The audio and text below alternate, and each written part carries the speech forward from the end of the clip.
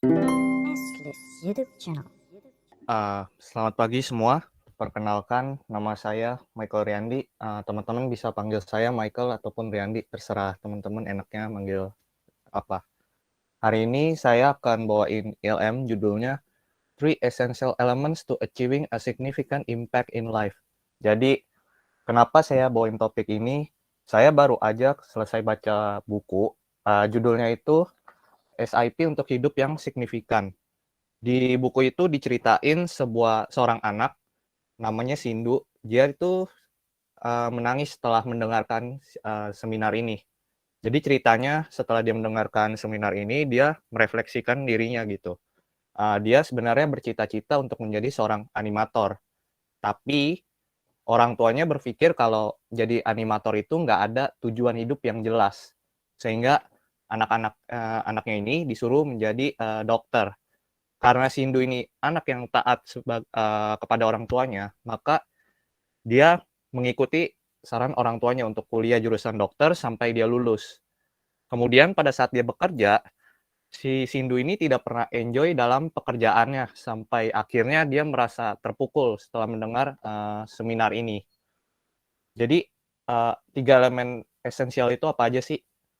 Saya menyederhanakannya sebagai segitiga SIP. S ini adalah strength, I-nya adalah integrity, dan P-nya adalah purpose. Strength ini adalah segala aktivitas yang bukan saja dengan baik kita bisa lakukan, tapi lebih daripada itu, kita sungguh amat sangat menikmatinya. Dari mana kita bisa tahu kita punya strength apa? Di buku ini ditulis, kita bisa tahu kita punya strength adalah dari ability yang kita punya, ditambah kita memiliki passion di aktivitas itu. Masing-masing strength ini mempunyai huruf yang memiliki maknanya masing-masing. Yang pertama adalah search. Kita mencari tahu dulu apa sih aktivitas yang pengen kita lakukan untuk kita coba. Kemudian kita coba, kita try sekali dulu awalnya, kita lakuin dulu nih aktivitas yang tadi kita udah lakukan. Kemudian kita repeat. Dalam menemukan strength tentunya kita nggak bisa melakukan itu hanya sekali. Kita harus terus mengulanginya untuk mencari tahu apakah benar itu adalah strength kita. Kemudian kita perlu elaborate, artinya memperdalam. Nggak hanya sekedar aktivitas itu diulang-ulang, tapi kita mencoba untuk memperdalam sebagian atau detailnya sehingga terlihat lebih sempurna. Kemudian nurture ini kita menjaga, senantiasa memelihara atau memberikan perhatian khusus agar aktivitas itu dapat mengalami pertumbuhan baik detail maupun kuantitas waktu dalam melakukan aktivitas tersebut. Kemudian grow, bertumbuh. Aktivitas ini selama kita lakukan, kita mengalami pertumbuhan yang signifikan dari sisi kemampuan maupun ketajaman berpikir. Kemudian dari situlah muncul ide baru yang cepat dan muncul cepat di kepala kita, sehingga kita semakin mahir, terasa kita akan melewati waktu tersebut dengan cepat. Kemudian kita melatihnya, meskipun kita kelihatannya udah mahir dalam melakukan aktivitas tersebut, kita tetap perlu melatih, kayak ibaratnya kita mengasah pikiran kita seperti layaknya pisau yang perlu diasah. Kemudian kita happy, kita melakukan aktivitas tersebut ya dengan senang. It's about your feeling gitu di sini. Gimana sih cara kita menemukan strength kita? Pertama, kita bisa identifikasi tabel bisa dan suka. Nanti akan saya berikan contoh sampelnya. Kemudian, jangan ngeremehin kalau misalkan emang kita suka aktivitas tersebut. Mungkin aktivitas tersebut tidak sekeren aktivitas yang dimiliki orang lain. Tapi kalau emang itu yang kita suka, ya kita jangan meremehkan aktivitas tersebut meskipun terlihatnya sepele.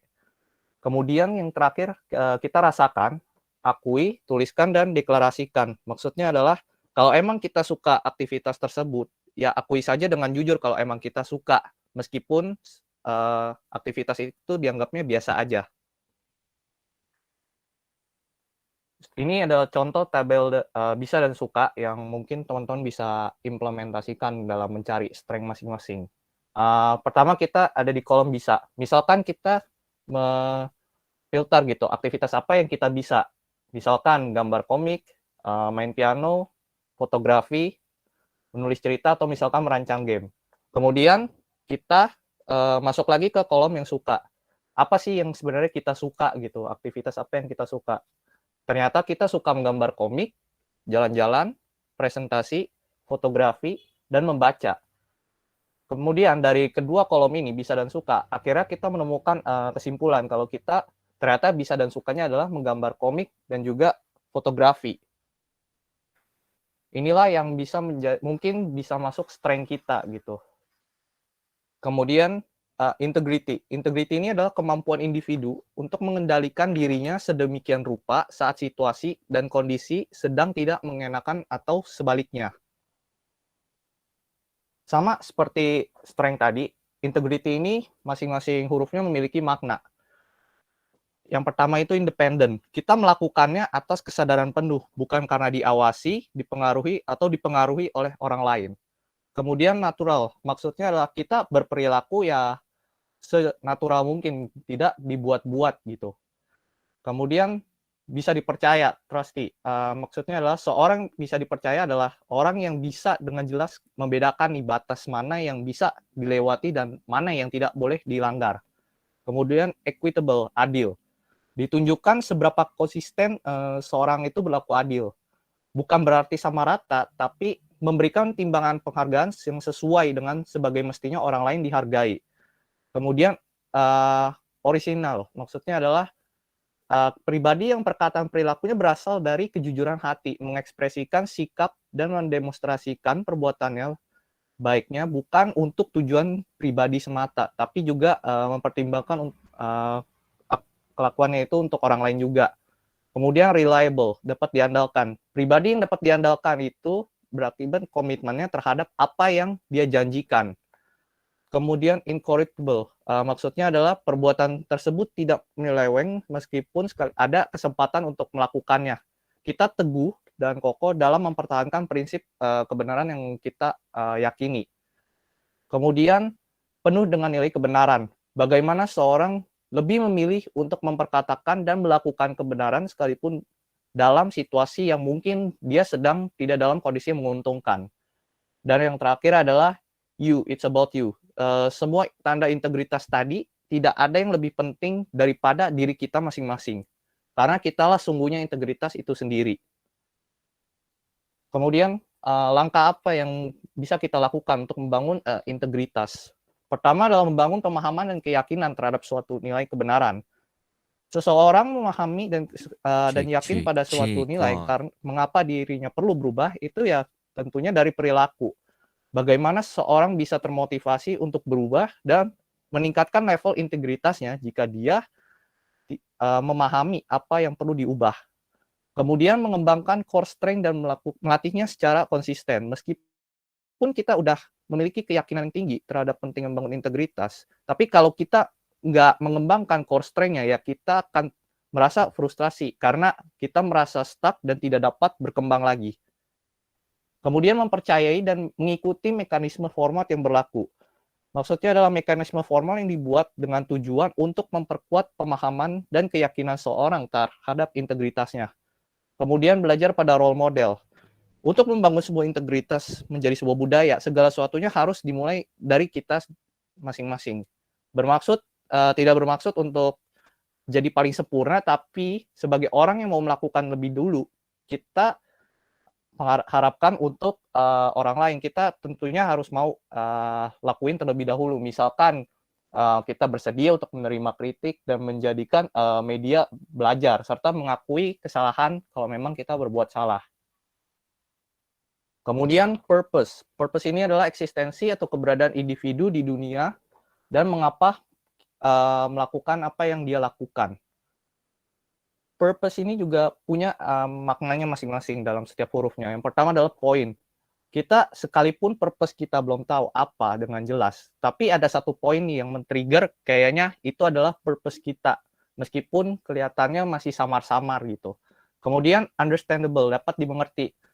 Walaupun kelihatannya big picture, purpose itu dapat dimengerti. Karena jika kita nggak mengerti, ya kita nggak akan paham Kalau kita nggak paham, ya kita tidak meyakini. Kalau kita tidak meyakini, tentu kita nggak akan lanjut ke proses selanjutnya. Kemudian rasional, dapat dijelaskan. Selain dimengerti, purpose itu dapat dijelaskan. Plannable, untuk mencapainya, purpose itu dapat direncanakan tahapannya serta terukur progresnya. Jadi ada step by step-nya. Occasion, memiliki penyebab yang kuat. Ada suatu momen yang kita ke-trigger untuk melakukannya. Bukan terlintas aja di dalam pikiran, tapi kita merasakan kayak ada dorongan yang muncul untuk kita melakukan aktivitas itu. Kemudian spesifik. Meskipun kelihatannya big picture, purpose itu adalah suatu yang spesifik dalam area, objek, tujuan, atau langkah-langkah dalam mencapai tujuannya. Kemudian endure, berkelanjutan dalam jangka panjang. Purpose ini nggak berbicara dalam satu malam, tapi langkah yang berkelanjutan dan jangka panjang sehingga butuh daya tahan dan konsistensi yang kuat untuk melakukannya. Langkah dalam mencapai purpose itu adalah pertama, kita identifikasi dulu kejadian yang memicu kegelisahan dan membuat kita tidak tahan untuk terlibat memperbaikinya. Misalkan kita melihat sepertinya manajemen finansial kita kayaknya ada yang kurang, mungkin kita bisa menambah, mungkin cari alternatif, mungkin bisa dengan melakukan side hustle, atau mungkin pembagian proporsi manajemen keuangannya diperbaiki. Kemudian kedua, menentukan ingin dikenang sebagai siapa di akhir hidupnya. Ini balik lagi ke masing-masing gitu, diri pribadi masing-masing. Ada orang yang pengen dikenang sebagai orang yang mungkin dia berjasa dalam misalkan membantu anak-anak yang putus sekolah, atau mungkin ada juga yang ingin dikenang misalkan berhasil mengubah taraf hidup keluarganya yang tadinya mungkin di tahap kurang mampu, kemudian kita berhasil mengubah taraf hidupnya menjadi lebih baik. Kemudian hidup dalam strength zone. Menemukan purpose itu kita ibaratnya mencari jalan keluar di lorong kegelapan. Gak mudah dan gak perlu waktu pastinya. Karena itulah kita mulai dulu dari apa yang kita punya. Jika kita mau menggali dan meyakini kita berjalan dalam strength, suatu hari kita akan bertemu dengan purpose kita. Gitu. Menanamkan diri di komunitas yang sehat. Nah ini yang penting di saat seperti ini gitu. Jadi baik lagi manusia tidak bisa berjalan sendiri. Kita tentunya perlu ada orang di sekitar kita yang dengan positif bisa membantu kita gitu dalam menemukan purpose kita, atau bahkan yang satu purpose juga bisa gitu. Kemudian balik lagi karena ini namanya segitiga SIP, tentunya tiga elemen ini saling berhubungan. Apa yang terjadi jika orang cuma punyanya strength tapi nggak ada integritas dan purpose-nya? Orang ini akan menjadi orang yang egois, nggak mau diajar, dan sulit tunduk pada sebuah otoritas. Jadi hidupnya dia hanya memikirkan tentang dirinya sendiri. Kemudian orang yang punya integritas tapi nggak punya strength dan purpose itu cuma bisa duduk atau berdiri di atas fondasi. Kemudian orang ini akan stagnan, mudah banget dimanfaatkan sama orang lain. Bisa dibilang sebutannya tulus, tapi nggak cerdik. Jadi suatu saat dia tinggal menunggu integritasnya berubah jadi frustasi. Kemudian ada juga orang yang udah tahu purpose-nya apa, tapi dia belum menemukan strength dan integrity-nya. Orang ini nantinya bergerak tidak efektif dan efisien, dari dampak signifikan menjadi angan-angan. Kemudian sulit mengukur progres kemajuan dalam kondisi ini. Dan yang ketiga, dia takut melangkah dan cenderung hidup mengikuti seperti arus. Kemudian ada orang yang posisinya memiliki strength dan integrity tapi tanpa purpose. Orang ini akan mudah terjebak dalam sebuah rutinitas, selalu sibuk tapi hanya berkutat di satu hal yang sama secara terus-menerus. Kemudian ada orang yang udah tahu strength-nya apa dan purpose-nya udah tahu apa, tapi nggak punya integrity. Orang ini yang menjadi manusia yang menghalalkan segala cara untuk mengejar impiannya. Ciri-cirinya dia karakternya mudah hancur dan juga bisa sebentar ada di puncak, kemudian saat dia jatuh, dia akan masuk ke jurang yang sangat dalam. Kemudian ada orang yang udah tahu integritasnya dan purpose-nya, tapi tanpa strength. Di sini orang ini dia perlu waktu yang lama banget untuk mencapai purpose-nya, dan bisa frustasi dalam prosesnya itu, dalam setiap menjalani prosesnya dia akan merasa frustasi. Buat teman-teman mungkin yang mau baca bukunya, ini judul bukunya, Strength, Integrity, Purpose, untuk hidup yang signifikan, by Ari M. Wibowo. Untuk menutup ILM hari ini, saya menutupnya dengan quotes, competition is about beating yourself, not others. Kompetisi sebenar kita adalah dengan diri kita sendiri, bukan dengan orang lain. Sekian saja materi ILM yang bisa saya sampaikan. Terima kasih. Thank you, Michael. Iya, Pak. Riyandi lah ya, kalau Michael banyak, kalau Riyandi jarang. Boleh, Pak. Thank you, Riyandi ya. Bagus banget ya. Saya pikir memang setiap orang perlu melakukan perenungan ya terhadap strength, integrity, sama purpose-nya dia gitu ya. Walaupun memang manusia itu sebenarnya kan kompleks ya. Mungkin ada juga ya, kan gini, intinya kita itu dalam hidup itu akhirnya bahagia atau tidak gitu. Ya, saya sendiri ya sebagai orang tua gitu ya.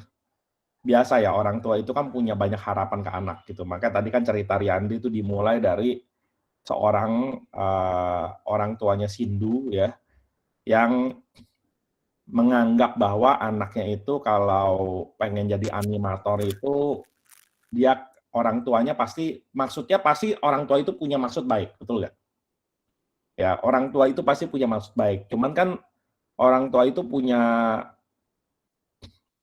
wawasannya sendiri juga gitu, di mana dia berkembang, dia hidup gitu ya. Pengalaman hidupnya itu mengajarkan dia beberapa hal sehingga dia beranggapan dengan pandangannya dia itu yang dia mau terapkan kepada orang-orang yang dicintai, yaitu anaknya. Dalam hal ini si Sindu itu gitu. Jadi ketika si orang tuanya kemudian meminta anaknya untuk kemudian jadi dokter gitu. Tentunya maksud dari orang tuanya baik gitu. Karena orang tuanya itu hidup di dalam zaman di mana dia tidak tahu bahwa animator itu juga bisa memberikan kehidupan yang bagus gitu. Ya secara ekonomi ya, biasanya secara ekonomi, Kak. Karena ada perbedaan generasi gitu. Ada generasi di sebelum masa kalian ya. Generasi bahkan masih di era orang tua saya gitu ya. Jadi kan kalian tuh generasi kalau berdasarkan yang masih hidup gitu ya, berdasarkan yang masih hidup gitu ya. Kalian itu ya generasi ketiga lah gitu loh. Gitu kalau dilihat dari yang masa hidup ya. Gitu. Jadi kalau dilihat dari even dari zaman orang tua saya itu hidup itu sulit gitu loh. Ya, untuk makan aja bisa jadi masalah besar. Berbeda sama hari ini ya ada ya orang-orang yang juga masih kesulitan makan dan segala macam gitu ya. Tapi dibandingin sama masa lalu tuh masa zamannya orang tua saya itu berbeda gitu. Karena waktu itu masih kena imbas dari perang dunia. Jadi kita mesti memahami bahwa perbedaan generasi itu akibat bagaimana dunia, apa yang terjadi oleh dunia gitu. Ya, ketika terjadi perang dunia artinya semua dunia itu bermasalah. Ya, dunia itu semuanya bermasalah. Gitu. Pada generasi itu ya orang-orang itu yang penting bagaimana bisa hidup. Udah bukan mikirin kualitas hidup.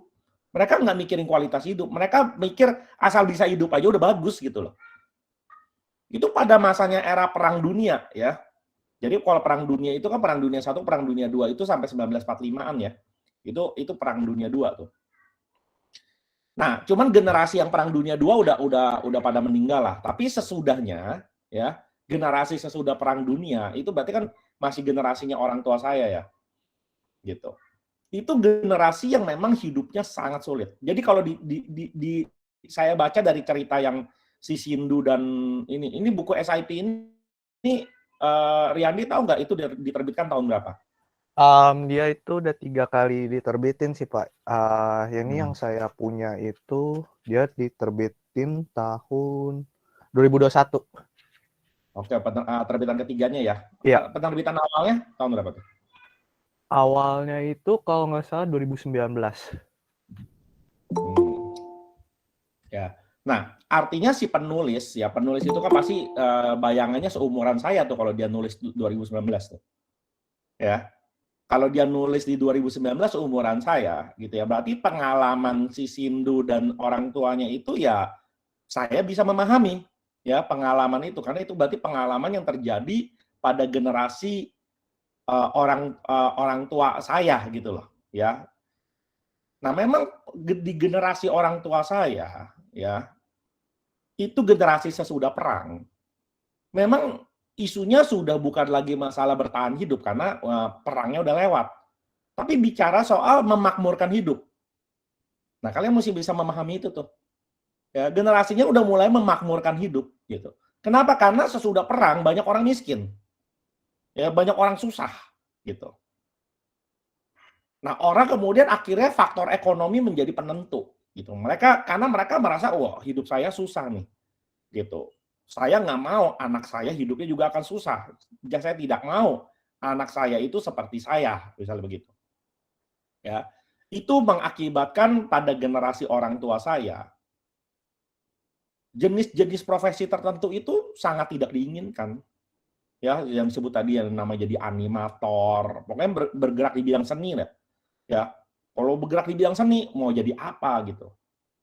Ya, oleh karena itu maka orang tuanya itu dalam pandangannya dia, dalam kehidupannya dia beranggapan bahwa dengan menyuruh anaknya jadi dokter, dia itu melakukan hal yang kebaikan bagi anaknya. Gitu. Ya betul ya Pak Stefanus ya. Ya kalau jadi artis seniman memang dia mau makan batu gitu ya. Karena dulu artis seniman itu zaman saya, bahkan kalian mungkin nggak tahu ya, zaman saya itu yang namanya seniman artis yang lukis-lukis itu ya jatuh-jatuhnya di Ancol tuh di pasar di taman apa ya di Ancol itu ya pasar seni ya di pasar seni atau di Taman Ismail ya atau di Glodok ada tuh di Glodok tuh di pinggiran itu tuh yang menuju ke stasiun kota tuh ya bayangannya kayak begitu tuh atau di Pasar Baru betul ya. Nah kalian mungkin nggak tahu ya itu ya bayangannya orang yang ngelukis-lukis itu yang art itu ya akan jadi seniman pinggir jalan. Ya, jadi begitu si orang tuanya ngelihat si Sindu pengen jadi animator begitu ya, ya khawatir orang tuanya gitu loh. Ya dia berpikir ya ini anaknya nggak ngerti lah. Udah gue paksain aja jadi dokter. Nanti begitu dia gede dia juga akan sadar kok ya bahwa untung gue paksa gitu loh. Orang tuanya berpikir pasti begitu. Ya, untung gue paksa sehingga nanti dia sesudah jadi dokter dia kaya raya, lalu kemudian dia akan bersyukur menikmati hidup dan bersyukur mendengarkan nasihat orang tuanya. Pasti pemikiran orang tuanya seperti itu. Gitu. Karena orang tuanya berpikir kalau dia dipaksa jadi dokter oleh orang tua sebelumnya, dia akan berpendapat seperti itu. Tapi kan zamannya udah mulai berubah. Ya, zamannya udah mulai berubah. Zaman saya, memiliki udah perspektif yang berbeda lagi. Ya, zaman saya ya sebagaimana hal yang ditulis oleh buku itu, mengejar passion. Ya, mengejar passion supaya jangan dipaksakan oleh orang tua. Ya, mimpinya orang tua jangan dipaksakan ke anak. Tetapi ya, zaman kalian kebanyakan orang tua sudah menyadari itu. Ya. Menurut saya ya dari sekian banyak kalian di sini ya, mungkin ada beberapa orang tua yang memaksa ya. Tapi dugaan saya nggak banyak. Ya, dugaan saya nggak banyak. Ya, banyak di antara kalian yang mungkin ya memang mungkin bingung aja ya. Kenapa saya masuk ke bagian ini? Ada yang mungkin beneran suka, ada yang mungkin boleh di kolom chat ya. Di kolom chat saya pengen respon semua ya. Ya, terutama anak-anak triplason yang baru-baru nih. Kalian ngambil jurusan ini disuruh orang tua atau memang keinginan sendiri atau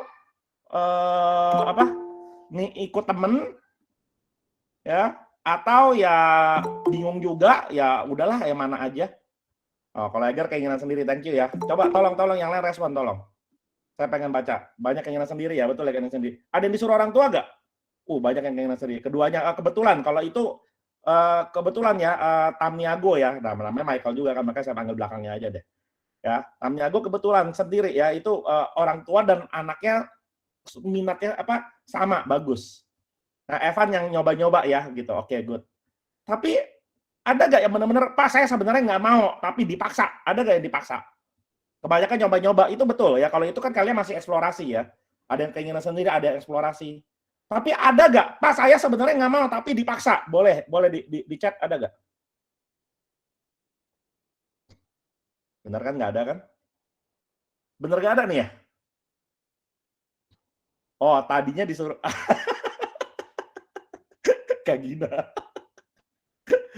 Oke, Kak Gina orang tuanya itu mungkin masih di atas saya ya. Ya dugaan saya begitu. Ya jadi itu masih peralihan generasi tuh. Jadi masih ada sedikit pemaksaannya dikit gitu ya. Gitu. Gitu. Tapi nego-nego masuk SI, tapi sekarang passion-nya ternyata di HR ya.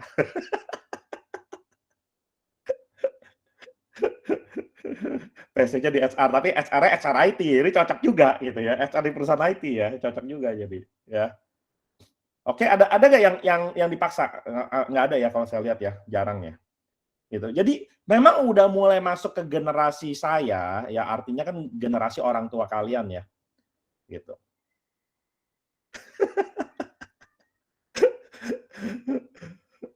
Oke, jadi sebenarnya orang tuanya mintanya masuk ke kimia dokter, tapi kamunya sangat berkeinginan ya, berkeinginan kalau untuk Hanan ya, sangat berkeinginan dan akhirnya orang tuanya mengalah ya, gitu. Nah, orang tua mengalah aja sebenarnya udah cerminan, udah mulai terjadi perbedaan generasi, gitu. Karena kalau benar-benar generasi yang zaman orang tua saya mungkin itu sangat ini ya, sangat maksa gitu ya, gitu.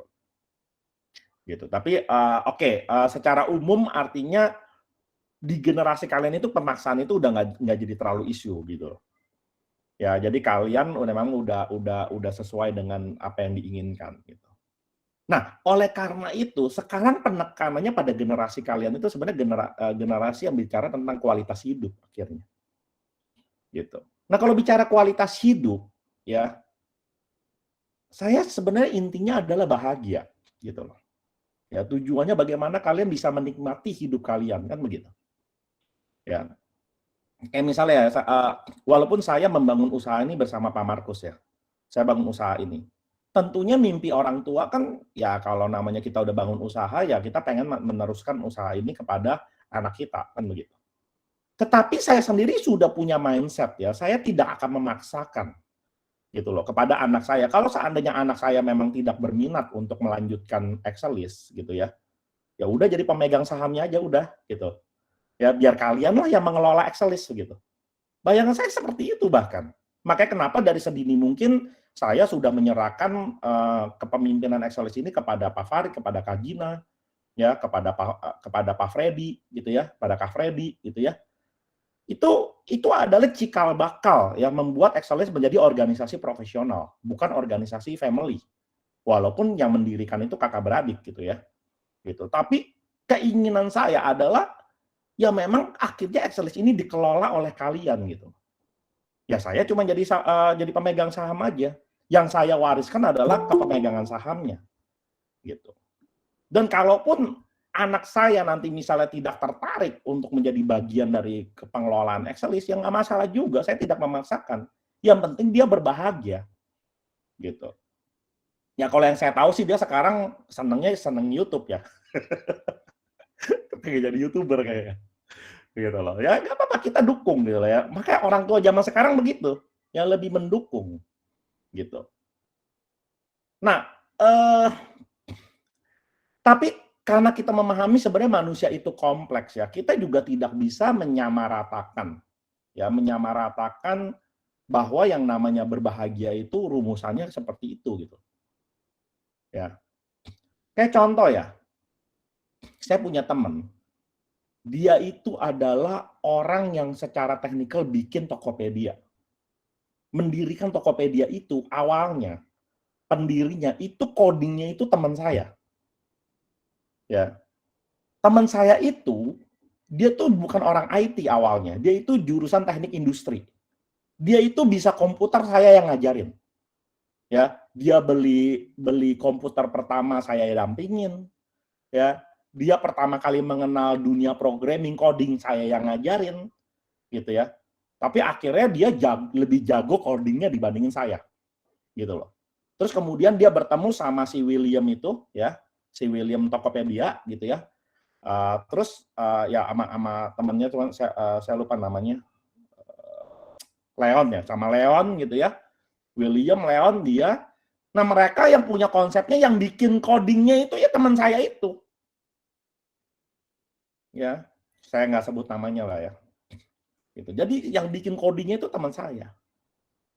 Gitu. Cuma memang sangat mengenaskan ya. Memang kalau sekarang codingan Tokopedia itu udah totally different ya.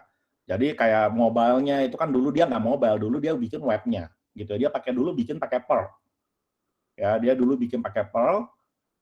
Webnya sekarang udah diganti sama orang India, karena kan begitu India masuk invest duit, ya kemudian teknologi udah banyak ditentukan sama orang India gitu ya. Jadi mereka yang kemudian bikin mobile, mereka bikin webnya. Tapi core-nya, yang urusan di belakangnya, sampai sekarang masih buatannya teman saya itu. Memang mengenaskan sih teman saya itu ya. Salah satu orang yang bahkan membuat Tokopedia, hari ini dia itu cuma dapat duit 5 juta dari Tokopedia per bulan. Sedih gak? Pendiri loh, salah satu pendiri loh. Ya, jadi bukannya orang kaya raya bermiliar-miliar gitu ya. Ya karena jadi kalau William gitu ya, Leon gitu ya, ya udah luar biasa lah kekayaannya ya. Tapi teman saya itu cuma dapat 5 juta rupiah per bulan. 5 juta rupiah per bulan, kalian bisa bayangin nggak dari Tokopedia?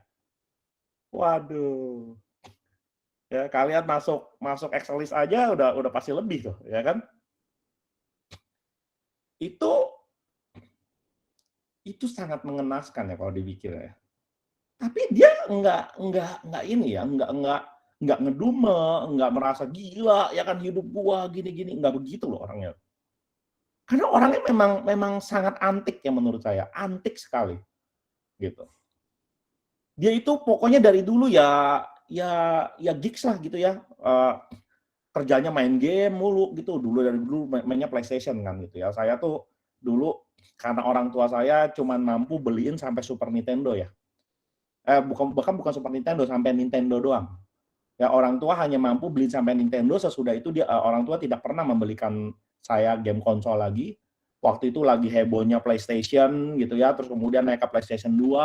Zaman saya itu ya pertama kali PlayStation 2. Kalau saya ingin main PlayStation, saya pergi ke rumah dia, saya nginep di rumah dia.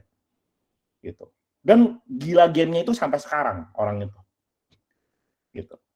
Dia pokoknya maunya di rumah aja. Sampai akhirnya dia ketemu sama istrinya pun dijodohin. Gitu ya. Tapi ya memang mereka jodoh juga, udah dijodohin tapi memang beneran jodoh. Mereka berdua suami istri punya kesepakatan yang aneh dipandang sama kita semua. Ya. Istrinya bilang kepada teman saya ini, gua itu nggak mau jadi ibu rumah tangga. Gua nggak betah di rumah. Gua maunya kerja. Sebaliknya teman saya bilang, gua nggak mau pergi keluar, gua maunya di rumah terus, gua mau jadi bapak rumah tangga. Nah, ajaib nggak? Teman saya jadi bapak rumah tangga, istrinya yang pergi kerja gitu loh. Jadi dia maunya di rumah aja, coding, main game begitu. Dia tipe orang yang nggak mau pergi-pergi.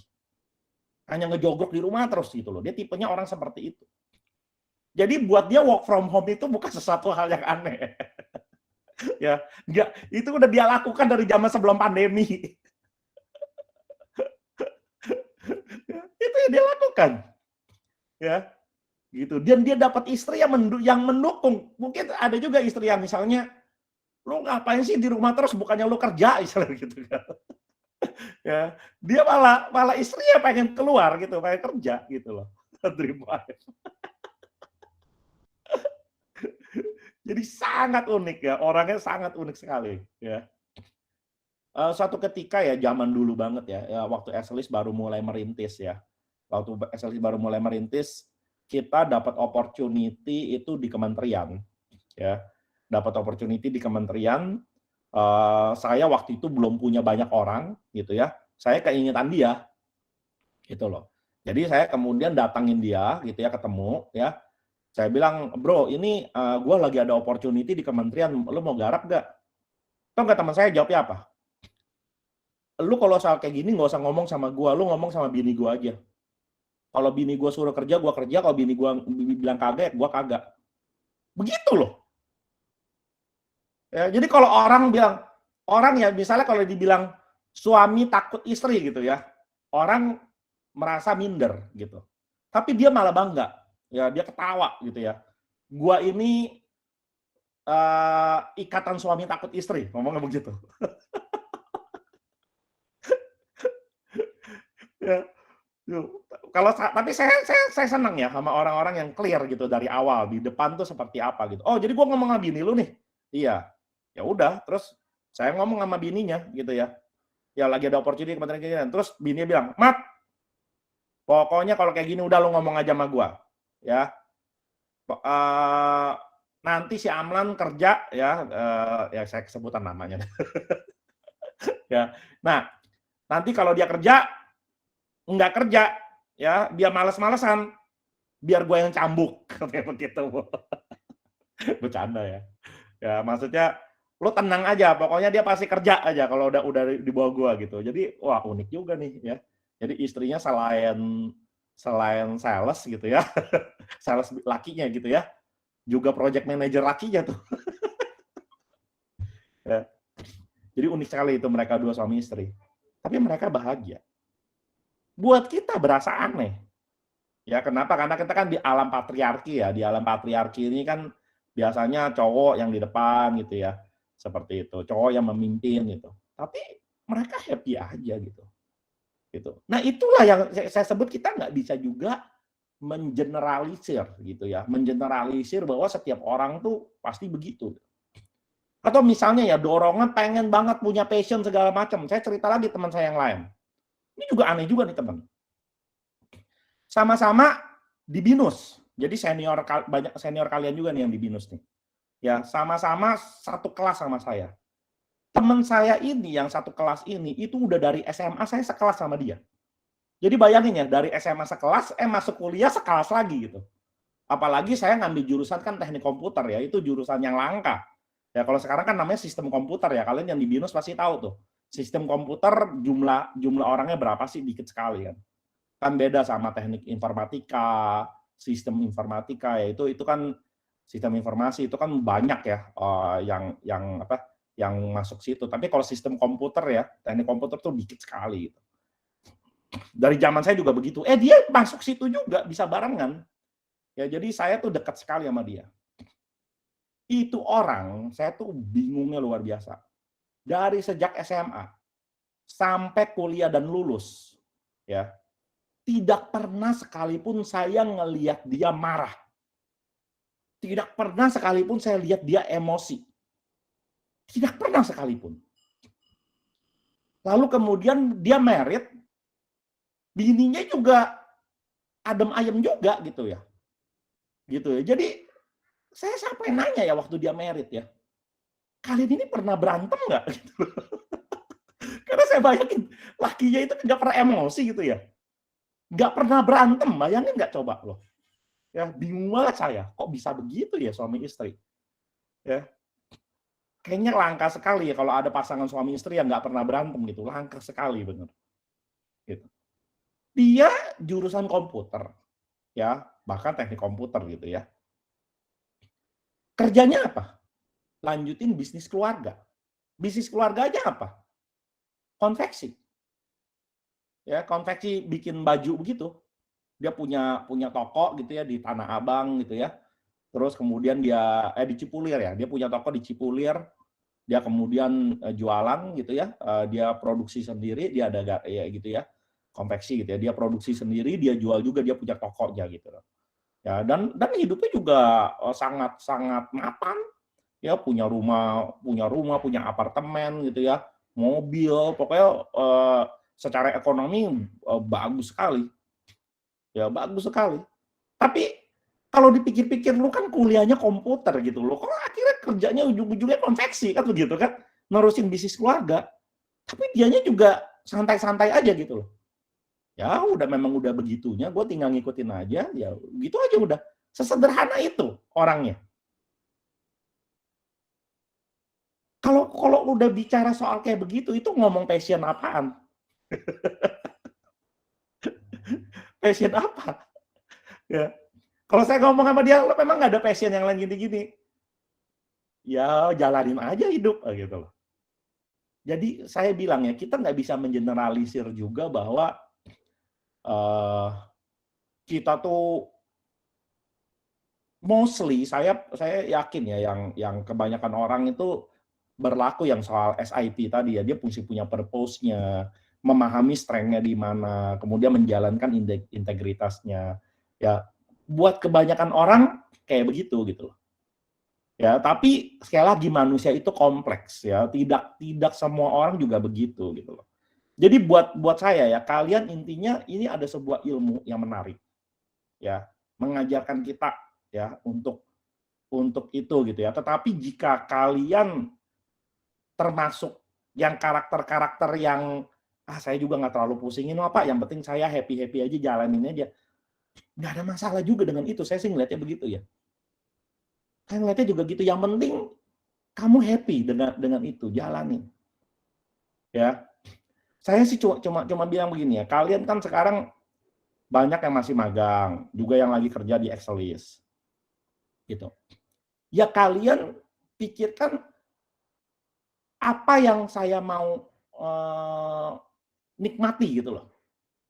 Ya, dengan ini karena mau di mana kan sebenarnya sama-sama aja gitu loh. Ya. Bagian dari journey ini, perjalanan ini, apa yang kalian mau cari gitu. Ya, itu yang kalian perlu di ini. Kalau misalnya kalian merasa, oh saya mah nggak terlalu banyak ribet lah Pak, saya udah jalan begini, it's good, nggak ada masalah dengan itu. Ya nggak harus juga, oh lu berarti nggak punya purpose, lu nggak begini, nggak juga.